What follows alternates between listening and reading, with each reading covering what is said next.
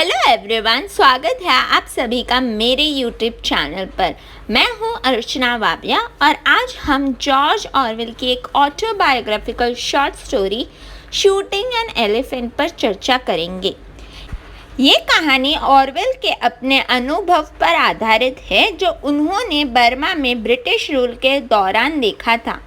कहानी में ऑरवेल एक ब्रिटिश पुलिस ऑफिसर के रूप में हाथी को मारने की घटना को विविध तरीके से डिस्क्राइब करते हैं। इस कहानी के ज़रिए उन्होंने ब्रिटिश इम्पीरियलिज्म और अपने मन की उलझनों को दिखाया है। इस वीडियो में हम जानेंगे कि ऑरवेल कौन से इमोशंस और थॉट्स शेयर करते हैं और कैसे ये कहानी हमारे लिए इम्पॉर्टेंट लेसन सिखा सकती है। तो चलिए शुरू करते हैं और देखते हैं शूटिंग एन एलिफेंट, ये एक इंटरेस्टिंग स्टोरी। सेटिंग है मॉल मिन जो कि बर्मा में है और मॉडर्न डे इसका नाम है म्यांमार। अब यहाँ पे बताया जाता है कि जॉर्ज ऑरवेल एक सब डिविजनल पुलिस ऑफिसर के तौर पर बर्मा में काम कर रहे हैं। क्योंकि ये ब्रिटिशर्स के टीम को बिलोंग करते हैं, इस कारण से जो लोकल है वो सब इनसे बहुत ज़्यादा नफरत करते हैं। बर्मा के लोग कभी भी पूरा विद्रोह नहीं करते, लेकिन वे हर मौके पर ऑरवेल को चिढ़ाते हैं। अब ऑरवेल उलझन में है कि ऑल्दो वो ब्रिटिशर्स से बिलोंग करते हैं, वो ब्रिटिशर्स के लिए काम करते हैं, पर अंदर ही अंदर वो बर्मीज पीपल के साथ है, वो उनके सपोर्ट में है। अब ये बात बहुत बर्मीज लोग जानते नहीं थे, वे उसे बस एक और वाइट मैन की तरह देखते थे और बस उसे परेशान किया करते थे। इसी वजह से नरेटर को अपनी जॉब से कहीं ज़्यादा नफ़रत थी, क्योंकि एक तो उसे ब्रिटिशर्स के साथ काम करना पड़ रहा है, इम्पीरियलिज्म का वो सिंबल है, और साथ ही साथ में ये भी हम देखते हैं कि बर्मीज़ के द्वारा उसे इंसल्ट किया जाता है, उसे हरास किया जाता है। इस वजह से उनको अपना काम बिल्कुल पसंद नहीं था। अब एक दिन एक बहुत ही बड़ा इंसिडेंट होता है जिसे ऑरवेल डिस्क्राइब करते हैं as quote unquote the real nature of imperialism. So एक दिन क्या होता है कि ऑरवेल को एक हाथी के बारे में जानकारी मिलती है जो अग्रेसिव हो गया है। वो हाथी ने काफ़ी ज़्यादा नुकसान कर चुका है, एक बाज़ार की दुकान नष्ट कर दी है, एक गाय को मार डाला है, फिर फल की दुकानें तहस नहस कर दी है और एक आदमी को कुचल कर मार डाला है। अब ऑरवेल एक रफ़ाइल लेकर उस स्थान पर पहुंचते हैं जहां हाथी को आखिरी बार देखा गया था और उनके पीछे एक बड़ी भीड़ चल रही है। वो हाथी को एक खेत में शांत और चरते हुए पाते हैं जो अब कोई खतरा नहीं दिखा रहा है। शांत होने के बावजूद ऑरवेल को भीड़ की उम्मीदों का बोझ महसूस होता है कि वे हाथी को मार डालें। अब दोस्तों, नरेटर बताते हैं कि वो हाथी को मारना नहीं चाहते, वो समझाते हैं कि वो जानते हैं इम्पोर्टेंस ऑफ एलिफेंट। अब जब ये एलिफेंट मर जाएगा तो उसका जो मालिक है वो क्या खाएगा, क्या पिएगा, बिकॉज उसकी अर्निंग है थ्रू एलिफेंट। सो ये जानता है कि वो ये उसके मालिक के लिए, एलिफेंट के मालिक के लिए वो बहुत ज़्यादा महत्वपूर्ण है, लेकिन वो डरते हैं कि अगर वो हाथी को ना मारे तो वो कमज़ोर दिखाई देंगे और उनकी अथॉरिटी कम हो जाएगी।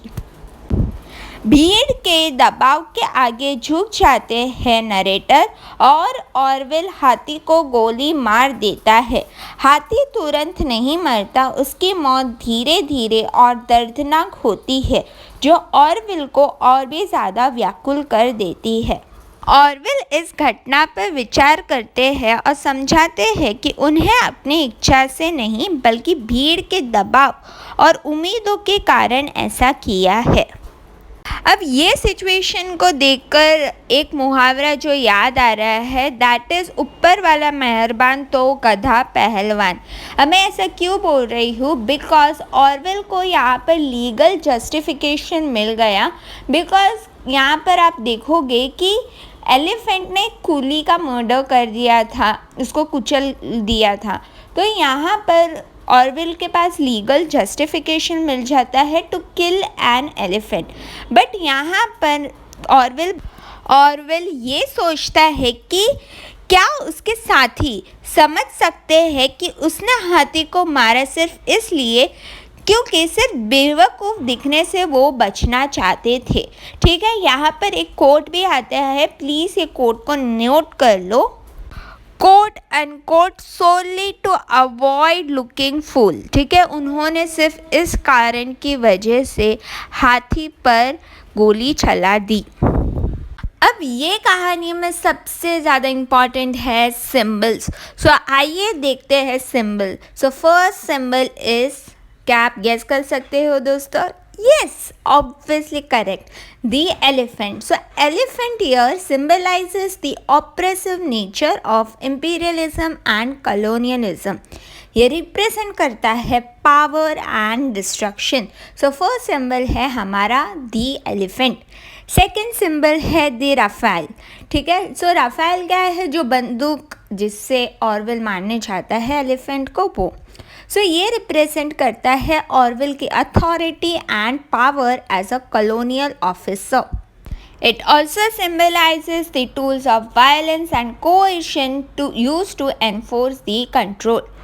देन है हमारा symbol the crowd of Burmese people. ये सिंबलाइज करता है सोसाइटल प्रेशर एंड कन्फर्मिटी। ये रिप्रेजेंट करता है expectation and influence of public opinion on individuals action. फिर है द नरेटर्स यूनिफॉर्म। ये रिप्रेजेंट करता है ऑरवेल के identity as a representative of colonial authority. ये ऑल्सो सिंबलाइज करता है institutional hierarchy and control of imperialist societies. Then हमारा सिंबल है the town of Moulmein. So ये रिप्रेजेंट करता है the site of conflict and resistance reflecting social and political dynamics. So ये थे हमारे 5 सिंबल्स। फर्स्ट था एलिफेंट, द नेक्स्ट था द राफेल, द थर्ड था the crowd of Burmese people, fourth the narrator's uniform, fifth the town of Moulmein. अब ये बात सारी एकदम अच्छे से नोट कर लीजिए, बिकॉज आपको कहीं पर भी, माइंड यू पीपल, कहीं पर भी ये इंफॉर्मेशन नहीं मिलेगी जो मैं आपको दे रही हूँ। सो आइए देख लेते हैं सिंबल्स के बाद themes obviously. So first theme है यहाँ पर imperialism and colonialism. So Orwell यहाँ पर बताते हैं कि कैसे इम्पीरियलिज्म के हार्मफुल इफ़ेक्ट्स हो सकते हैं on both coloniser and colonised. So next theme is of power and control. तो शूटिंग एन एलिफेंट इस वर्क के अंदर आप कहीं सारे एग्जाम्पल्स देखोगे जहाँ पर जिक्र है of power dynamics. Next theme है ऑफ परफॉर्मेंस।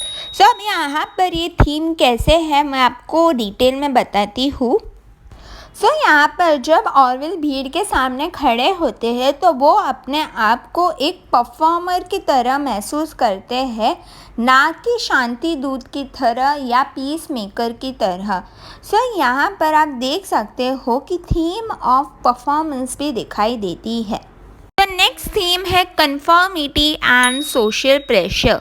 सो यहाँ पर आप देख सकते हो कि किस तरह से इम्पैक्ट होता है of social expectation on individual behaviour. I hope you found the video helpful, and if you did then do like, share and subscribe to my channel. So ये थी जॉर्ज ऑरवेल की शूटिंग एन एलिफेंट की एक अच्छी सी summary. So this is Archana Babia signing of.